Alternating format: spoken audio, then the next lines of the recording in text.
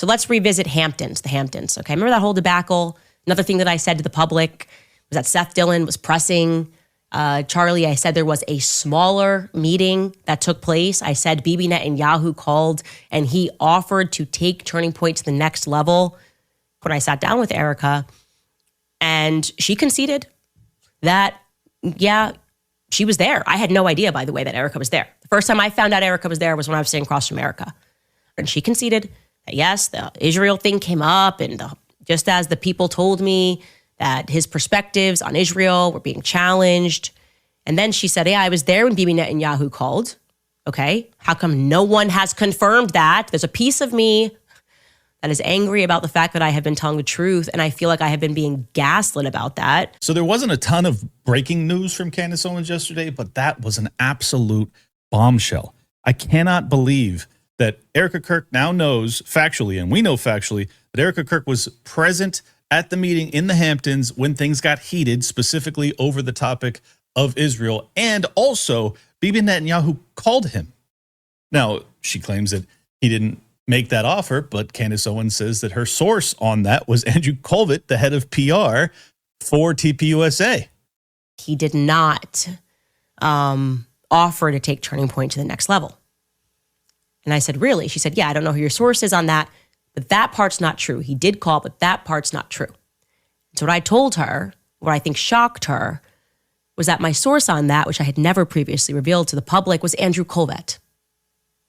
It was Andrew Kolvet who told me that Bibi Netanyahu offered to take Turning Point to the next level, and that Charlie Kirk said no.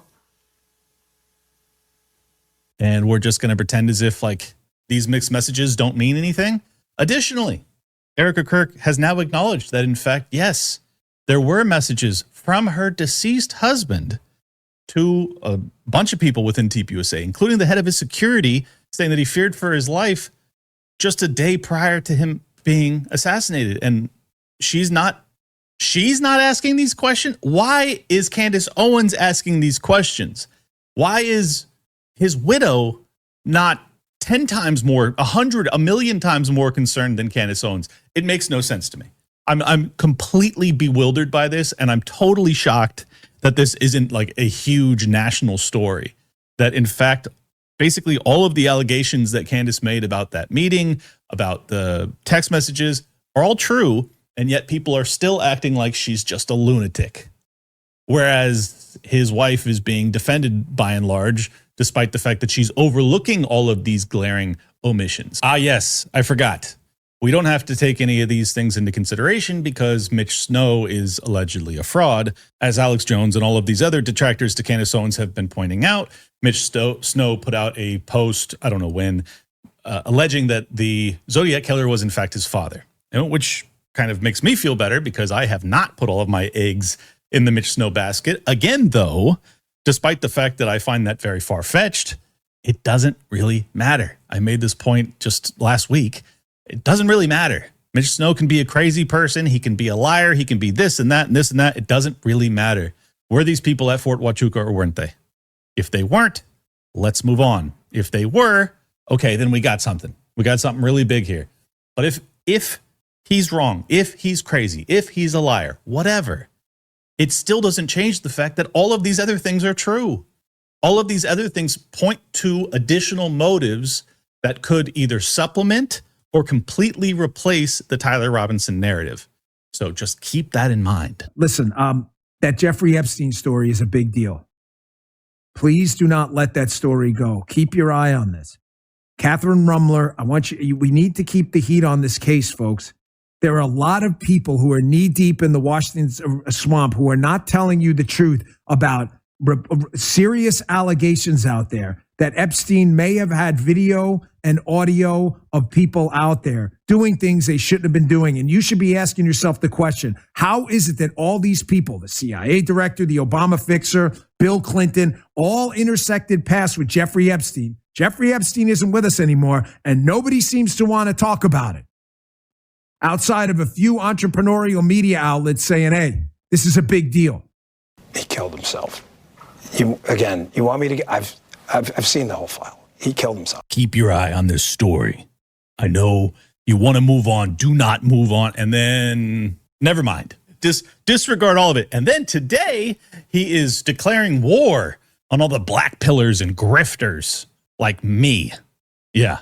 Oh, and Matt Gaetz, by the way, and a whole bunch of other people. I'm sure he's furious with MTG and probably Thomas Massie. Basically anyone who's not completely in lockstep with covering up for the Epstein files, for covering up for the complete pivot that Donald Trump has made from all of his campaign promises, aside from the border.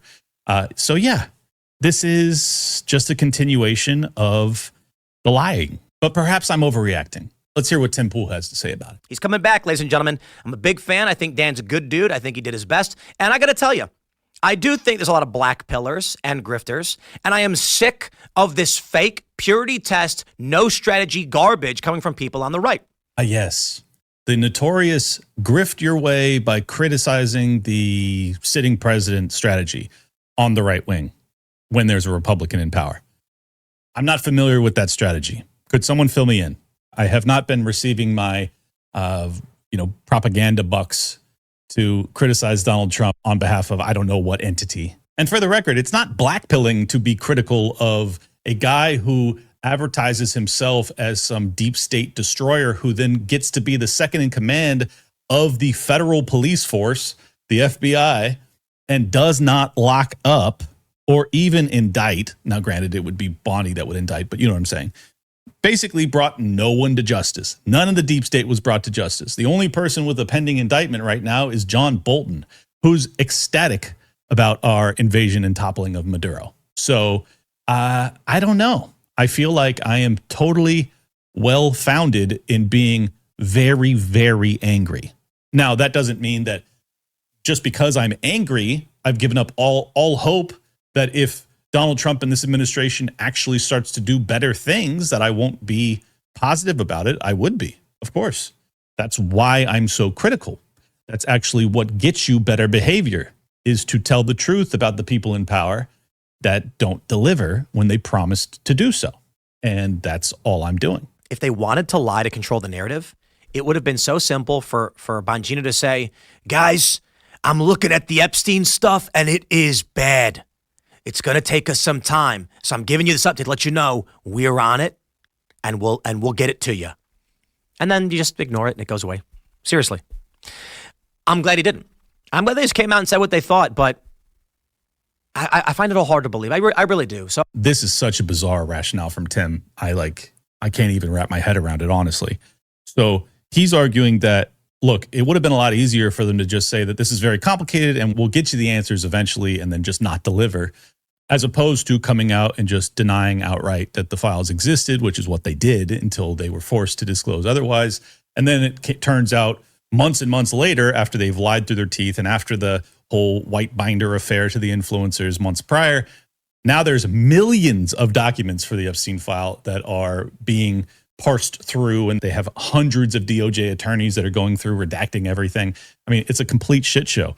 But Tim's defense of Dan Bongino is that he came out and just lied and said that the files don't exist and that there's no there, and that Epstein KMS, like, wait. You think that it would be less of a lie to say that this goes deep and then to just deliver nothing than to come out and say there's nothing there? That's preferable to you? That he just comes out and says there's no there, there's nothing, when we all know that there is. When Dan Bongino, in his own words, was like, don't let this go. And then we're like, we're with you, Dan. We're not going to let this go. And then he's like, let this go. And Tim's like, okay. I mean, what are we even doing here? Why are we supporting these people still? Yeah, sure, you like him. You think he's a good guy. I don't know what evidence you have to believe that. And worse, if it was just, and I'm being totally sincere right now. If Dan Bongino were to have resigned and said, look, guys, if he were to come out and say what Tim Pool is saying, I'd be like, okay, that's fair. I mean, I wouldn't like really deeply respect it, but at least I could accept it. If he were to come out and say, look, I got in there and I'm telling you, the rot is so deep, there's just really nothing more I could do. Everything that I tried to do, there was roadblocks that were put up by the bureaucracy. You wouldn't even believe what challenges I faced. and you wouldn't believe the threats I faced and the, whatever. You could come up with a whole bunch of excuses for why you didn't deliver. But that's not what he's doing. He's saying, black pillars, step aside. Me and Cash were the best tag team the FBI's ever seen. We kicked ass on behalf of the American people, on behalf of MAGA, and we delivered. And if you feel differently, then you're just some black pilling grifter. To which I say, fuck you very much. Who's the grifter, bro? The guy who gets into a position of power, lying to the public, then gets in there and delivers nada, and then comes out and declares war on his justified critics? And you have sympathy for this guy? This makes him a good guy in your eyes? I'm sorry, I don't see it. I simply don't see it. I'm not a fan of how it went down with the Epstein stuff. I still don't. And I'm a pragmatic guy. But I don't think Dan is a bad dude. I don't think he's doing evil things. I think he's trying his best. I recognize that. Sometimes it's a rock and a hard place. Now, I'm not a fan of intervention. I'm not a fan of Venezuela stuff. My point is, don't be so simple. You know what I mean? These people that are like, what Trump did in Venezuela is so wrong, I will no longer support him. And it's like, maybe ask him why. Do you trust Trump, Cash, Dan? Do you believe that these people have your best intentions? Okay, ask them. And if they don't tell you, I say then be angry and criticize them for it. Take the good, criticize the bad. I've got a lot to say about that part. So he's saying, if you trust Cash, Dan, Trump, that they have your best interest in mind, then ask them. Well, first off, no, I don't trust them. We're talking about the top two people at the FBI and the President of the United States. Since when do we trust any of those people in those positions of power? There is no reason to trust them whatsoever. Additionally, I don't need to ask them.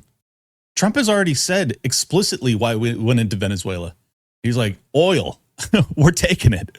And to reclaim investments from some of his biggest donors. Like, he's very overt about it. So now that you have the answer, can you judge his behavior and criticize him for doing something that you claim to be lukewarm about? Apparently not. Do I need to ask Dan Bongino if he feels as if he let us down when he was deputy director of the FBI? No, I don't need to ask him, because he's saying basically mission accomplished. He's flying the flag. And then one other point about this whole idea of like, don't abandon Trump entirely. What is this even? What are we even talking about? Like, is there a physical bandwagon that we are all on? Is there an actual literal train, the Trump train, that we're either on or we're off? Because I've never viewed politics like that. I don't know when it became that for people, where it's like you have to be on the team. There is no fucking team. And if there are teams, they're certainly not on ours. Let's be honest about that, please. So again, no, I'm not on the Trump train. I never was. I voted for him, but I only did so because I expected him to deliver on a few of his campaign promises that I really cared about. He delivered on like one. So I'm at the point of going, all right, I'm going to be appreciative of the one and then critical of the rest. I'm neither on or off the train. There is no train. It's not a thing. We don't have to blindly support these people. They don't need our moral support whatsoever. I don't even know what it lends to them. What additional power does that give him when it comes to his negotiations with Congress?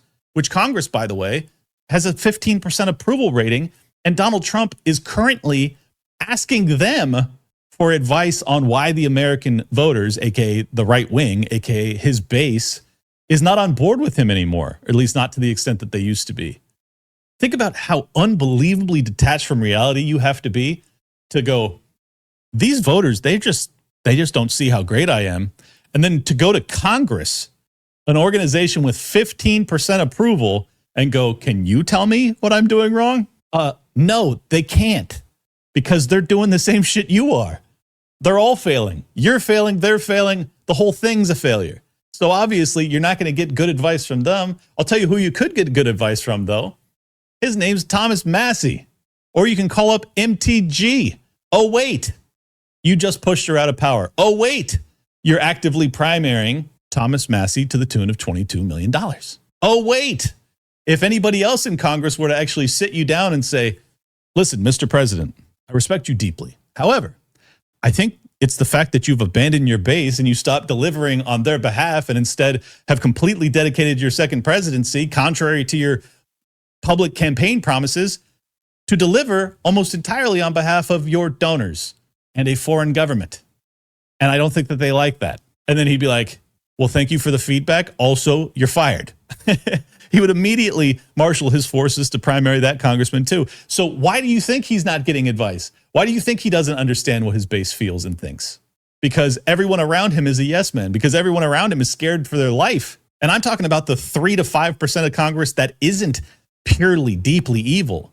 The other 95% are like, Mr. President, I have no idea why they don't like you. And in fact, I've asked myself that same question every night before I go to bed. Why the fuck don't these idiots love me? And it's like, oh, well, because that's how you feel about us. And now, after his entire list of failures and broken promises, and oh, might I add, also coming out last summer and saying, if you're still talking about Epstein, if you still want the Epstein disclosures to happen, I don't need your support. That's what Donald Trump posted. That's what he said in his own words, which we do know that he writes his own tweets or his own truth socials, whatever. He said that. And then he went out and he actively worked to unseat the only congressional representatives that we actually like, by and large, MTG, Massey. And now he turns around and he goes, guys, if we don't win these midterms, I'm going to get impeached. And I'm like, good. I don't care. Do you understand that there are consequences for your actions, Mr. President? Do you get that? I don't know when you stop caring about what we think and what we prioritize, but as soon as you did, I stopped giving a fuck about you. And I'm not alone in that. I don't care. And you're like, oh, well, Clint, if the Democrats get in power, then XYZ bad's going to happen. Yeah, I know. I'm well aware. This is the whole energy that Fuentes had before he became some warmongering zealot with this Venezuela bullshit. But yeah, it's going to destroy the country. But you know what is also destroying the country? That would be the modern iteration of the GOP. That would be the current paradigm. That would be exactly what's happening now. So am I going to sacrifice whatever's left of my principles to just stand in line to pull the lever on behalf of some war hawk just so that the GOP stays the majority, a very slim majority, I might add? No. No, I will not. I will do everything in my power to donate and to support publicly Thomas Massie to defeat your primary campaign. And aside from that, I'm not lifting a fucking finger to help the GOP. And fuck you very much for even thinking I would or should. You destroyed this party. You destroyed this movement. You abandoned your base. Fucking deal with it, dude. Be an adult about this. You say you don't need us. Okay. Message received. I'm not the one abandoning you. You kicked me off this metaphorical train. So do I want to see you impeached or not? I don't really care. That's the honest to God's truth. You bombed 6 countries over the past calendar year. No American president in history had done that. You campaign on being the president of peace. You bombed 6 countries. I'm sorry. I actually care what words mean. Yeah, I've opened up a dictionary once or twice. I actually think you ought to mean what you say and be honest about shit from time to time. And you haven't been. So if you lose the majority and if the Democrats impeach you, bye. I don't care. But see, here's the thing. And I think this is the really sad reality, is that I don't think the Democrats are going to impeach him, because I think the Democrats are all on the same team with this nonsense. Or not all of them, but the vast majority. They're like, yeah, he's bombing the hell out of places. Our donors like that. Boeing and Lockheed Martin. They're like, yeah, you're going to keep him in power. He's doing exactly what we've asked. So I think that you ain't got much to worry about, President Trump. So enjoy your new team. You remember when you went golfing all those times with Lindsey Graham? You remember just yesterday when you were on Air Force One with Lindsey Graham coming out of the bathroom with that shit-eating grin with the Make Iran Great Again hat? And you're just smiling there all fucking big and you're all so happy, right? That's your team now. That's your team. Not my team, not the American people's team, not MAGA's team, certainly not America First team. That's your team. you're not on my team anymore. If we're going to play this bullshit team metaphor nonsense, I have a team. It's called America First and fucking only. And you ain't on it. You get picked last, sir. You could have rolled with MTG and Matt Gaetz and Thomas Massie. You went with Lindsey Graham and a bunch of gremlins. So fuck off. Gold skyrocketed in 2025 and silver went absolutely crazy. We all know why, right? Economic uncertainty. We all feel it. Fear in the markets, global chaos, you name it. That's why people look to safe haven assets like gold and silver. But it's not just everyday hardworking people, it's central banks and billionaires too. In fact, they are stockpiling gold and silver. So that's why I've decided to partner with a great precious metals company, Goldco. Goldco specializes in helping people protect their savings with real assets, gold and silver. And they make it very simple. Just go to clintlikesgold.com to learn more. You'll get a free 2026 gold and silver kit, and you could qualify for up to 10% in free bonus silver or gold, but only while supplies last. So head over to clintlikesgold.com. That's clintlikesgold.com. And thank you to Goldco for sponsoring Liberty Lockdown. I think big tech and prominent influencers like Candace Owens are intentionally trying to destroy the right. And so YouTube puts Candace on the front page. Mm-hmm. That's how she gets massive viewership. Yeah. Largely, it's promotion. And they're doing it because it's destabilizing to the right. Yeah. Dan Bongino, it feels rather coordinated. We can get super conspiratorial. How do you get rid of Dan Bongino, who's getting 150K concurrence on Rumble? Bring him to the White House. Bring him to the FBI. He goes in.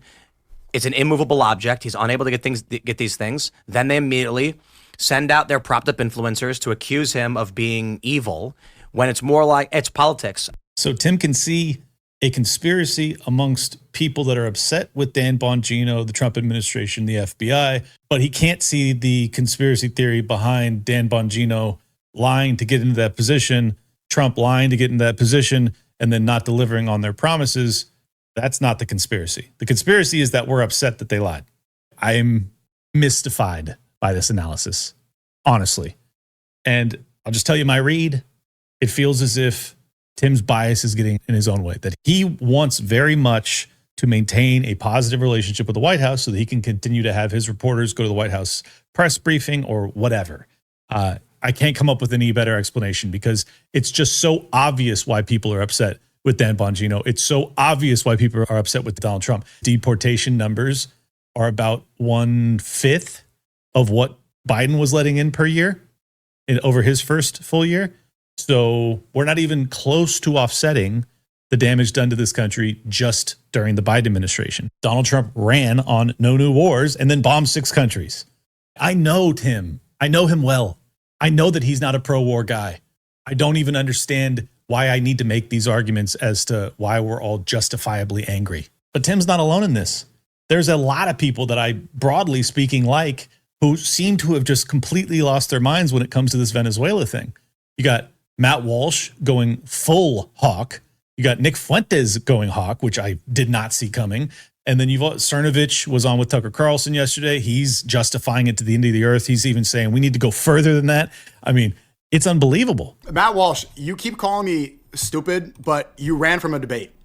You're running away.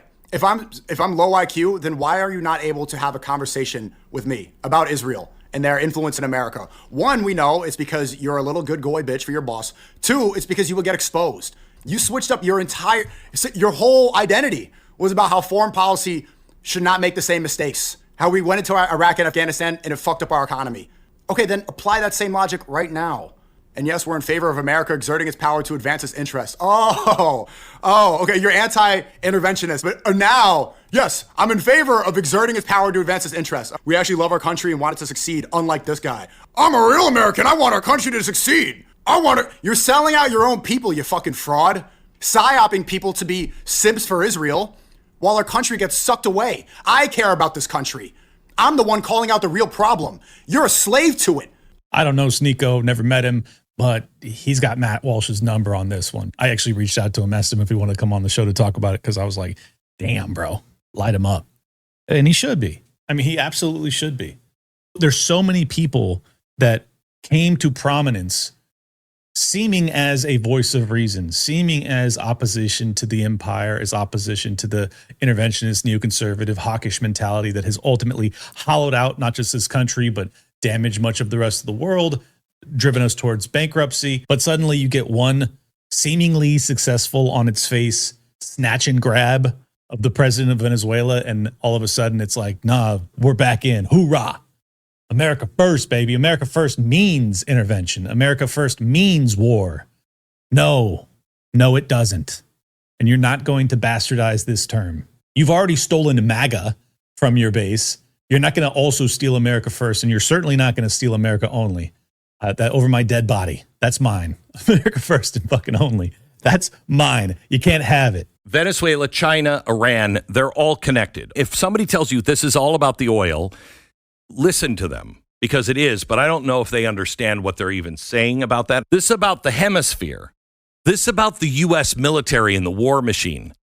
Yes, to all of those things. Right now, Venezuela has the largest proven oil reserves on Earth, 8,000 to 10,000 tons of gold that is still in ground. China needs the oil. China buys 60 to 90% of all of Venezuela's crude exports. China also buys 85 to 90% of all of the oil from Iran. China also buys nearly half of all Russian oil. What's happening right now?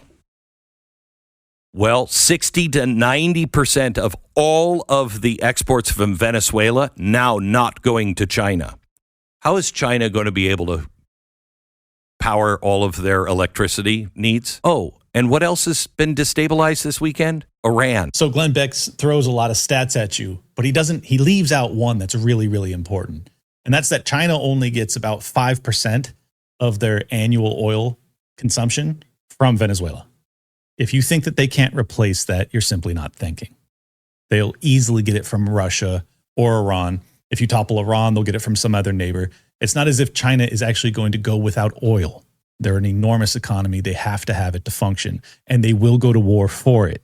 This is the other astonishingly short-sighted analysis that all of these people are either falling victim to or just intentionally doing to help propagandize their audience on behalf of the Trump administration. But just think about this rationally. If you're going to take the position that no other superpower can do business in our hemisphere, which is what they're saying. They're saying you can't do business in our hemisphere. All of Latin America can't touch it. What do you think China's going to do? Do you remember the entire past, I don't know how many years we've been arguing and debating about how China's going to move on Taiwan and how we can't allow that to happen? It's existential because the semiconductors that come out of Taiwan can only be produced there and we must have access to them. Well, if you think that you're going to just absolutely browbeat the Chinese into getting out of Latin America entirely, and they're not going to do something when it comes to Taiwan, why? Why do you think that? Why are you so confident that they're not going to cut us off? Why are you so confident that this is the best pathway forward? Let me just also rewind here and let's think about this a little bit. Do you think, like, people are talking about Donald Trump's move on Venezuela? They're literally describing it as genius, as America first. The most America first thing you could possibly do is essentially what Matt Walsh said. What? There is nothing new or novel about imperialism, colonialism, war, stealing. And I have to take a second, and I know people get upset when I do this, to lecture Christians on being Christian, but how do you call yourself a Christian when you're talking about just stealing and murdering people? You're like, might makes right. We're the biggest power. We get whatever we want. So is that what Jesus taught you? Because I've been reading, I know this is shocking for you guys to hear. I've been reading the Bible lately a lot, and not in there. Nope. It's not in there. That's actually completely counter to the teachings of Jesus. Like super duper counter. Very, very, very, very counter. So I don't know. Cernovich goes on with Tucker Carlson. He's doing this lengthy diatribe about how we need to bring back imperialism. We need to bring back might makes right. And then he spends the rest of the episode talking about his ayahuasca experience where he basically died, left his body, and went to hell and realized that he, on his current trajectory, is going to hell. And then he says, I'm not sure that I'm a good person. And I'm like, hey, Mike, we've been mutuals for a long time. I say this out of kindness. Do you think you're going to go to heaven by advocating for profligate militarism to steal resources from third world countries? Do you think Jesus wants that? If you're concerned about your mortal soul, I'd reconsider. I really would. And this is like the entire religious right. Well, I shouldn't say the entire, but like many of the prominent religious right-wingers are all beating the war drum saying, we're the biggest country. We're a superpower. We get to steal shit. Of course we do. That's the way of the world. This is a good thing. And many of them, including Konstantin Kisin, that absolute bum fraud who spent years arguing against Russia invading Ukraine based off of defense of the neoliberal world order. The rules-based international order is what he described. Now arguing that international law is a fraud. It doesn't exist. It's nothing. Well, what do you think the rules-based international order is predicated off of? It's predicated off international law, Konstantin. So if you support the RBIO, you can't then turn around and say, I don't support international law. Which is it? Pick a lane. And here's the truth. None of these people are principled. None of these people actually apply anything logically to our enemies as they do to ourselves. We get to behave as immorally, as criminally, as humanly possible. And then we get to point the finger at anybody else doing the same thing and say, you bad, we good. I'm sorry. That's not a reasonable way to look at the world. It's not a reasonable way to formulate a worldview. I mean, look at Nick Fuentes just in October of this year. This is one of the most brazen lies to get us into a war that I've ever seen. Because most of the drugs that are manufactured don't come from Venezuela. And most of the drugs that are trafficked into the United States don't come from Venezuela either. We have legitimate targets among the drug cartels. They are in Colombia. They are in Mexico. They're in Central America. They're also in South America, but they're not really in Venezuela. So the reality is this is a very thinly veiled pretext for a war with Venezuela, the real object of which is regime change. Why? It's simple. Venezuela has aligned itself strategically with U.S. adversaries like China, Russia, and Iran. And when Nick said that, I was like, someone who gets it. Someone who's honestly analyzing these things recognizes that fentanyl ain't coming out of Venezuela. And when we're blowing up these boats and saying that that's the reason why, we're just lying. It's an obvious lie. And it's not just then when he said it either. He also posted on October 22nd, he says, Golden Age update. And this is sarcasm because he's dunking on Trump. And he says, regime change in Venezuela, pardon for Netanyahu, authorized Ukrainian strikes on Russia, threatening to bomb Hamas, et cetera, right? And what is he saying here? He's saying these are all things you didn't campaign on. So he seems to be opposing it based off of this rhetoric here. And then after the extraction of Maduro, he's posting USA, American flag. And then he's also sending to what I assume is his group chat with his like diehard supporters saying, I don't know, I just thought we were all on the same page. I cheered for Russia's invasion of Ukraine because that is a legitimate defense of Russian interests in its contested sphere of influence. I feel similarly about Venezuela. And if you're looking at this, 3,200 down votes, whatever. 2,200, 2,300 almost likes. It's like, I think even his audience doesn't like it, which is honestly shocking. I'm proud of them. Now, a lot of people are jumping to Fuentes having flipped or being an op or whatever. I'm not going to go there. Let's face it, the United States government has become the evil empire in the world. The United States government has become the great Satan that many have called it. I personally, I think this is a totally plausible blind spot in his worldview. That doesn't exactly surprise me because he has always liked strong men. And I know it sounds like I'm making a gay joke. I don't intend to. That's not what I'm trying to do. I'm just saying he likes strong men. He likes Stalin. He's even defended Stalin at points. And it's like, all right, look, this is just a dead end. If you think that, especially in modern times, you can just become some imperial army and go out conquering the world to steal all their resources and not end up in a nuclear war at some point, you're just really not thinking. I mean, people are really going to just accept, oh, well, America has the strongest army and they have the most nukes. Or actually, we don't, but they got a lot of nukes. So no one's ever going to stand up to us, ever. It's absurd. And the truth is, it's almost certain that there was, if not a full stand-down order, certainly a stand-down order when it came to air defenses in Venezuela, which allowed for our Chinooks to just all over the place without any concern about getting shot back at. I think that there was a pre-negotiated deal, probably with the vice president under Maduro, because I don't know how you get in there. You have all of these helicopters flying low, not even over the water, over the land, and not being shot at with sidearms like AK fire or legit air defense systems. There was nothing. They're flying super low, doing whatever they want, receiving no flack. It's like, I'm sorry. If you actually were to end up in a war with Venezuela, I'm talking about a knockdown, drag out, extended war in Venezuela, it's basically Vietnam. I mean, that's what it would look like. If these people really want to fight back, they will be in the jungles, shooting from behind every leaf, and it'll be a nightmare. It'll be hell. So credit to Trump and his administration for at least not appearing to want that to be how this plays out. But don't get it twisted.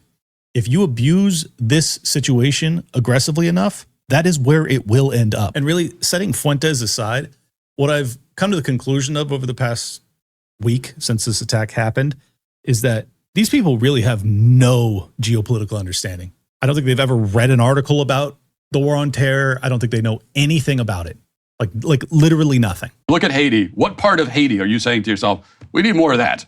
We don't want a marine invasion and occupation of the United States that constantly decapitates governments. Don't want the Clintons debt either. from a revolution. Yeah. Right. Although I don't, so you're saying that. We wouldn't want to be like basically a colony that the entire West spends 200 years punishing after the Haitian Revolution. I get that. I understand that. That's not entirely why Haiti's in the position that it's in. I mean, at a certain point, as a country, you have to stand on your own 2 feet and take care of yourself. And but at what point is that? They elect Aristide and we overthrow Aristide. Then they elect Jovenel Moïse. Jovenel Moïse is assassinated a bunch of people with American connections, and then we install in 2021, like the United States installed the prime minister that we just ousted. We're still doing it. Yeah, I mean, and I'm not in favor of, I'm very non-interventionist in my policies. We just made the new government in Haiti in a hotel room in Jamaica. If it were up to me, I'm not interested in doing anything in Haiti. Like let Haiti be Haiti and take care of that. That's sort of my whole point here. That's sort of my whole point here. Let Haiti be Haiti. Let Venezuela be Venezuela. Oh, correction, actually. Matt Walsh, January 4th. I totally support turning other countries in our hemisphere into subordinate vassals of the United States. That's the very definition of an America First foreign policy. That's the very definition. I'm very much a non-interventionist. No, the fuck you're not. No, you're not. And that's okay. You don't have to be.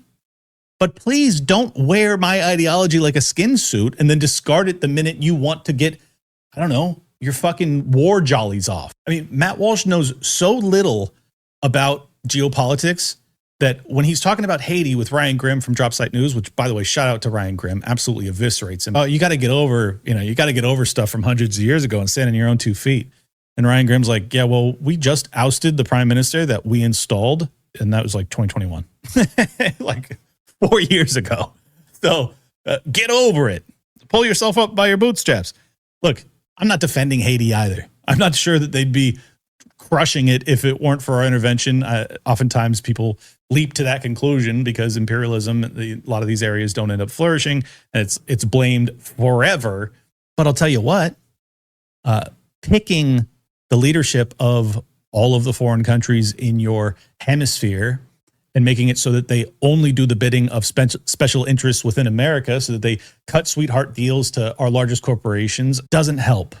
Venezuela raid enriches MAGA billionaire. The ouster of Maduro is a financial windfall for a prominent Trump-supporting billionaire investor, Paul Singer. What's his involvement with Venezuelan oil? Okay, it says here in November 2025, Singer acquired Citgo, the U.S.-based subsidiary of Venezuela's state-run oil company. Singer, through his private investment firm Elliott Investment Management, bought Citgo for $5.9 billion.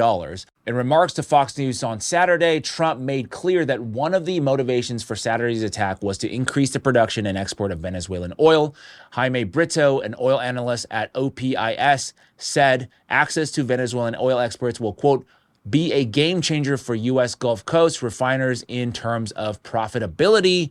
Paul Singer, thanks to a well-timed transaction, will be one of the largest beneficiaries. It doesn't help these people at all. And if you're concerned about the refugee / illegal immigration flood coming from all of these nations, which I know Matt Walsh is, you might want to consider the devastating impacts that this stuff does have on these people. And now that doesn't mean that Venezuela would be some flourishing metropolis. It might be, but it doesn't necessarily mean that. But I'll tell you one thing for sure. It hasn't improved their standard of living. It certainly doesn't improve Haiti's standard of living when we're constantly deposing their leadership.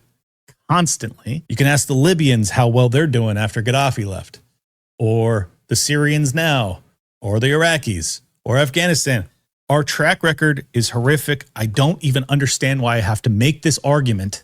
It doesn't help the people there. They end up becoming refugees. They flood the West. So then the wars that Matt Walsh supports end up creating an illegal immigration flood to his nation, which he then bitches about nonstop. So he makes his career getting clicks, advocating for war, and then he makes the second half of his career bitching about the consequences of the wars that he supports. To which I say, get back to work, Matt Walsh. While I'm at it, Nick Fuentes, get back to work. I'm just so disappointed in everybody. I really am. It's like they don't have any principles.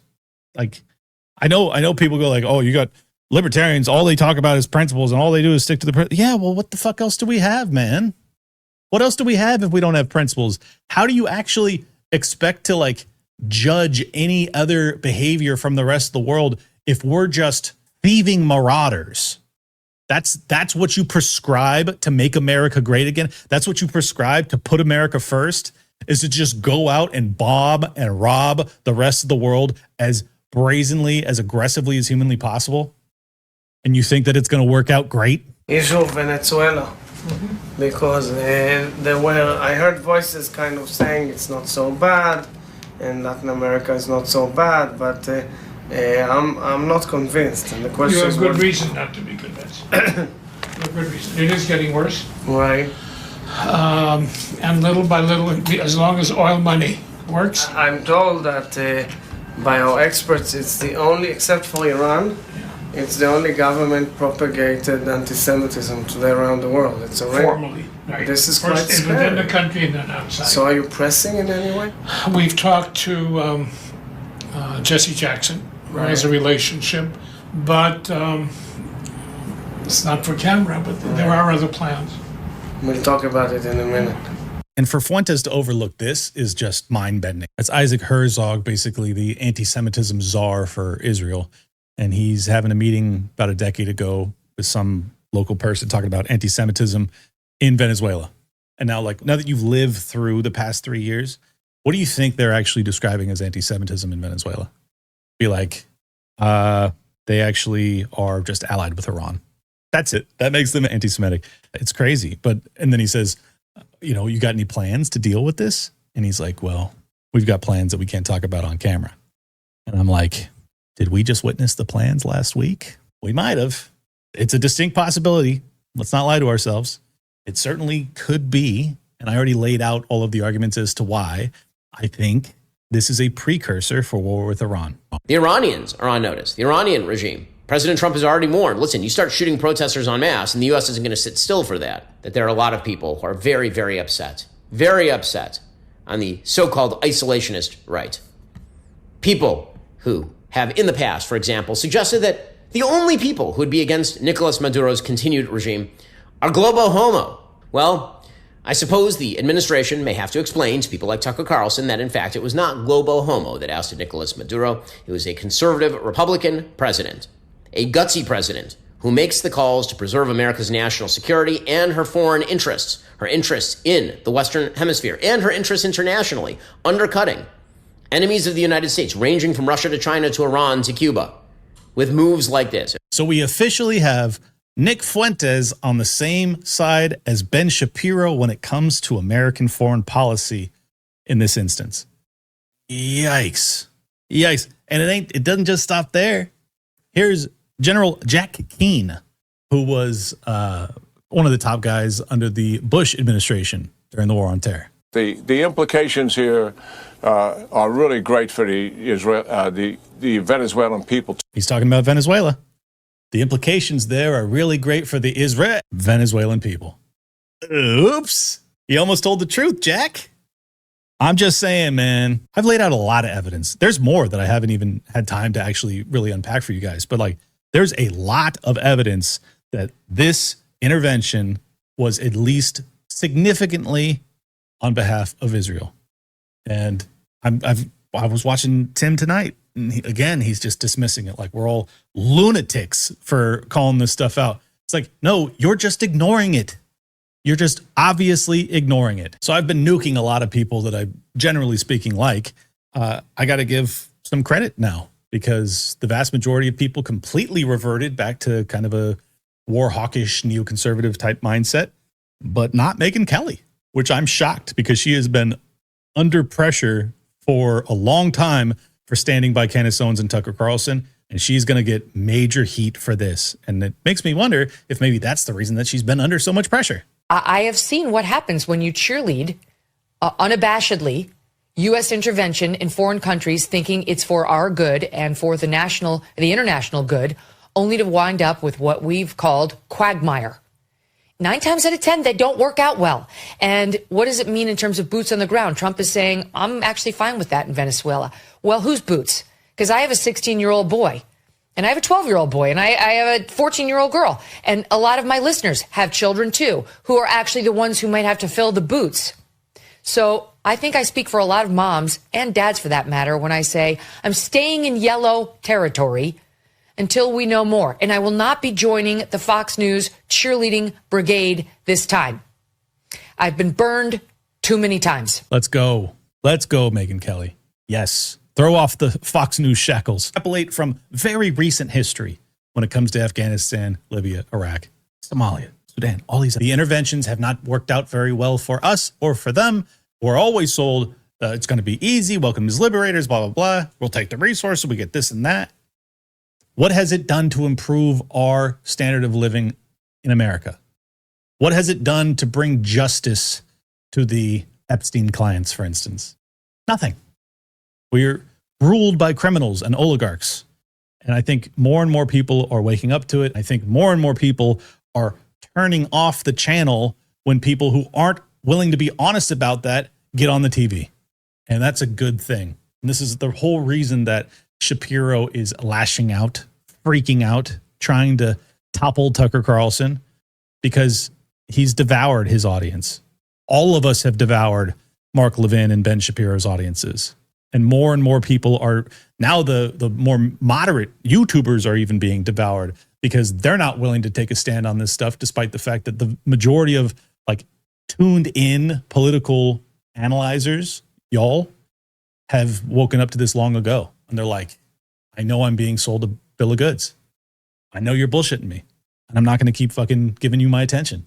Good for you. All right, before we get out of here, I got one more update from Candace. Got to drop this. This is the video, and you can see what we have there. That's Charlie's necklace that's hanging. There's no blood on Charlie. There was absolutely no blood on Charlie. Not only did the bullet not go through, it didn't even cause any sort of destruction. And I follow that video until he goes down. There's nothing that we would expect to see from a 30-06. And again, I have a close-up of this. That's his chain. There's no question that what you are seeing there is his chain. And the only blood that I saw was blood in his hand, which was spurting forward, to be clear. Now, there's nothing earth-shattering in that, because we all have been analyzing this and we all kind of knew, but we had not seen an actual image from him from behind. So now we can at least confirm, yes, his neck was made of steel. Open and shut case. Tyler Robinson did it. I'm kidding. I can't explain it. I know I had the debate a couple weeks ago about this topic. I still am fully in the camp of like, it's extraordinarily hard for me to believe that he was hit from a 30-06 from 140 yards. And that's what we saw on that video. I'm sorry. There's another bit of breaking news from Candace. Tyler Robinson, we can exclusively confirm to you all, drove 3 hours away from Orem, Utah, down to Panguitch, Utah. And what was he doing there? You're probably wondering, did he meet up with somebody? No, he was alone. And what we can tell you that he did when he got there was that he pulled into the Cowboys Smokehouse on North Main Street. He grabbed himself a seat at the bar at this steakhouse, and he ordered himself some more food. Specifically, Tyler Robinson ordered a steak, medium rare, with mashed potatoes and vegetables. Tyler Robinson drove over 3 hours away after the attack to go have a steak dinner. And what's weirder about that, I mean, that's kind of weird, but maybe he's just a stone cold killer and he goes and he gets a steak dinner right? After he went to Dairy Queen too, I might add. Very hungry. Murder makes you hungry. Weird. But anyways, the more notable tidbit about that was that she got the receipts for his purchase of that dinner, the credit card receipts, and those receipts were turned over to the investigators by the restaurant. In other words, the investigators had not actually dug through his credit card receipts or pulled up his records to see, all right, where did he go on the day of the murder? They didn't go through those and contact the restaurant to get those receipts. This was days later, and it was the restaurant who voluntarily, like one of the bartenders was like, I recognize this guy. We got to see if there was any, they don't have surveillance footage, but they're like, I'm almost certain he was here. They go through all of their receipts. They find the receipt of Tyler Robinson, paying for his food. And they then provide those receipts to the investigators. I'm just like, there's just something so deeply off about all of this that they're just totally disinterested in digging. Like, they don't want to know if he worked alone. And I'll tell you, when they don't want to know if you worked alone, it's because they probably already know you didn't. All right, I'm going to end it there. Love you guys so much. Clint Russell's the name. Liberty Lockdown's the game. Please do hit the like button, subscribe, leave a comment down below. If you want to support my work, at Liberty Lock Pod on X, you can subscribe there. I'll follow you back, libertylockdown.locals.com. You can also subscribe over there to support the show, or go to mypillow.com, use promo code LOCKDOWN. I really appreciate you guys. We're still continuing to crush, and it's all because you keep telling people that apparently this is worth watching. I appreciate you. See you soon. Subscribe to Liberty Lockdown. Great podcast. Clint is tight.